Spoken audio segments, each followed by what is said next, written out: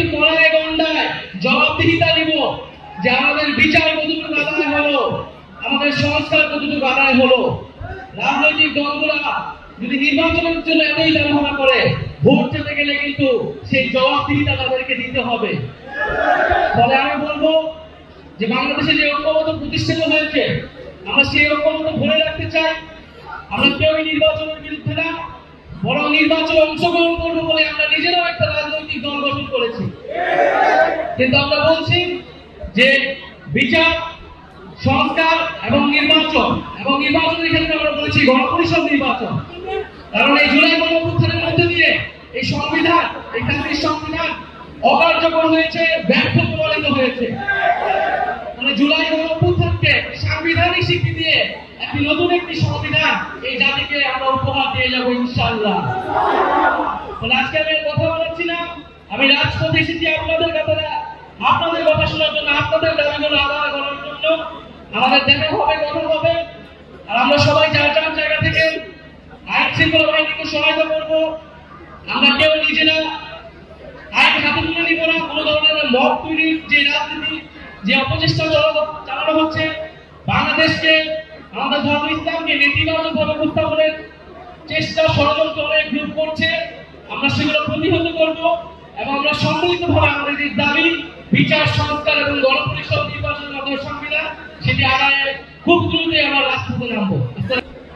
আজকে দেশে শত মামলা হয়েছে, এই শহীদ পরিবারের সদস্য বিদ্রোহ মামলা করেছে, শেখ হাসিনা এবং আওয়ামী লীগের খুনিদেরকে আসামি করে মামলা করা হয়েছে। যদি এর বিচার ছাড়াই আরেকটি সরকার চলে আসে, তাহলে কি নিশ্চয়তা আছে যে আওয়ামী লীগকে আবার পুনর্বাসিত করা হবে না এই বাংলাদেশে? ফলে অবশ্যই বাংলাদেশের রাজনৈতিক দলগুলোকে, সরকারকে পরিষ্কার করতে হবে আওয়ামী লীগের পয়সাটা কি হবে। আমরা মনে করি 5ই আগস্ট বাংলাদেশের জনগণ আওয়ামী লীগের বিরুদ্ধে রায় দিয়ে দিয়েছে।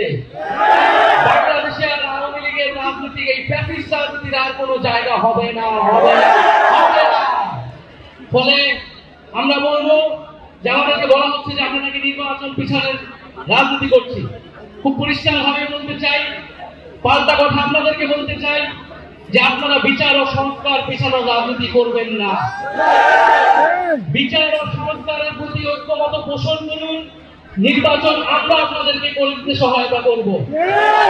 ফলে সরকারকে বলবো দ্রুত বিচার ও সংস্কারের রোডম্যাপ ঘোষণা করতে হবে। কত দিনের মধ্যে কোন প্রক্রিয়ায় আমরা দৃশ্যমান বিচার কার্যক্রম দেখতে পারবো এবং দৃশ্যমান সংস্কার আমরা বাস্তবায়ন করতে পারবো, সেটা সুস্পষ্ট রোডম্যাপ অবিলম্বে ঘোষণা করতে হবে। এবং আমি বলবো যে এই বাংলাদেশে আমাদের প্রধান উপদেষ্টা ডক্টর মোহাম্মদ ইউনূস, তাকে আমরা আমন্ত্রণ জানিয়ে, আহ্বান জানিয়ে সরকারের প্রধান উপদেষ্টা করেছিলাম।